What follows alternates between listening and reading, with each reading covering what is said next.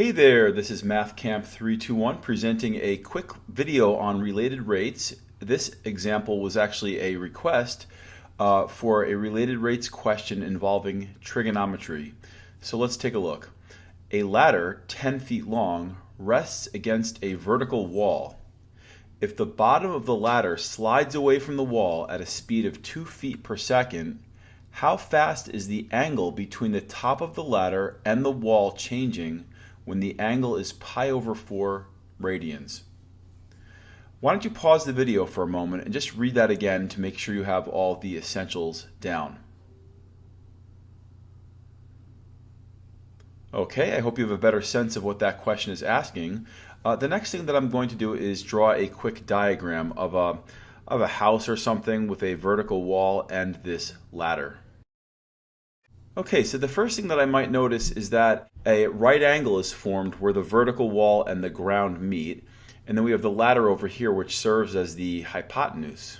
Now, we end up getting a right triangle. When I have a right triangle, what I like to do is label the sides x, y, and z. And I like to label the horizontal part the x part because the x-axis is horizontal. And I like to label the vertical part y because the y-axis is vertical. And then I will call the ladder or the hypotenuse z.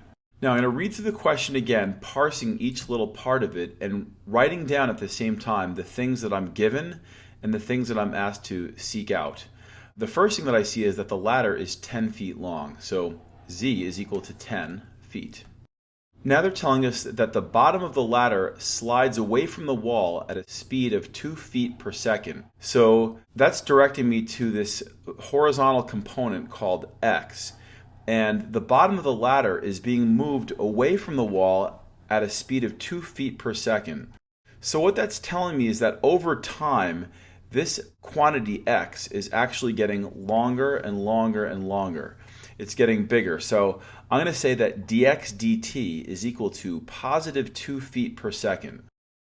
Now the question that they're actually asking in the end is, how fast is the angle between the top of the ladder and the wall changing? Which I'm going to put a little theta here, the Greek letter theta, which is often used to describe angle measure. How fast is that changing when theta is precisely pi/4 radians?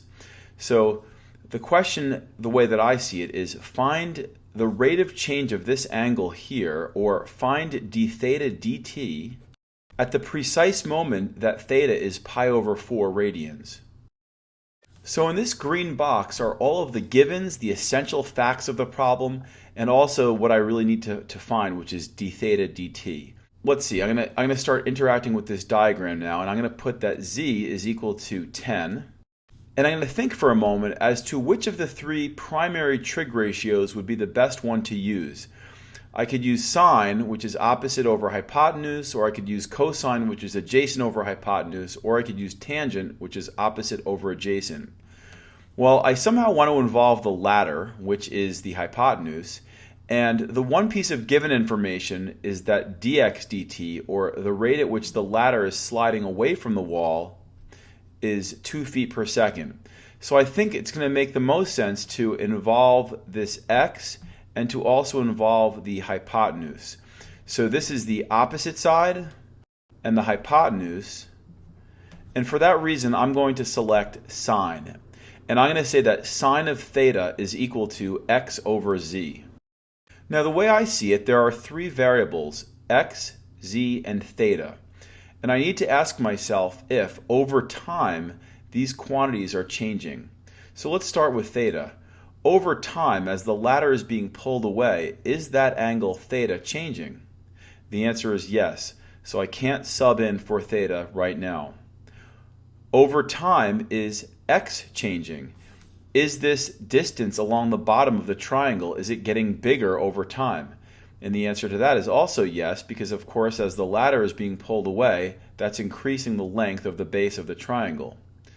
So I can't plug in for x either. Z though is the length of the ladder, and the length of the ladder is not changing. It is a fixed 10 throughout the life of the problem. So that I can plug in for in the beginning. So I'm going to rewrite this as sine of theta is equal to x over 10.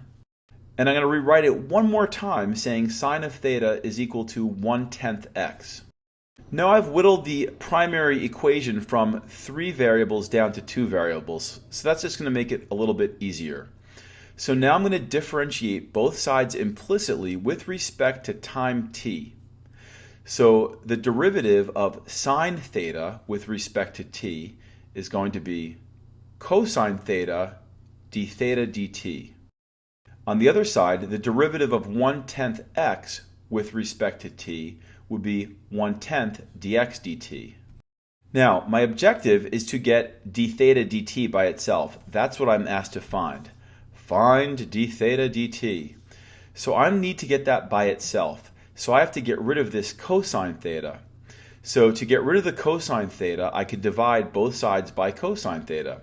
But a better way of thinking about it might be, instead of dividing by cosine theta, let's multiply by the reciprocal of cosine theta, which is secant theta.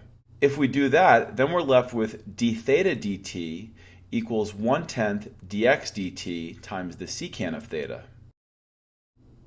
Okay, so 1/10 is a constant, dx dt is given to us as 2, and then we have to evaluate the secant of theta, keeping in mind that we're supposed to answer this question at the moment that theta is pi over 4. So I'm going to write d theta dt equals 1/10 times 2 times the secant of pi over 4. Okay, one more step and I think we're done with this problem. Now the 10 and the 2 are going to cross cancel, leaving you with a 5 in the denominator. And then the secant of pi over 4 is just root 2. So it would seem to me that the final answer to this is the rate of change of the angle at the moment that theta is pi over 4 is going to be root 2 over 5. And we have to think of units, and the units are going to be radians per second.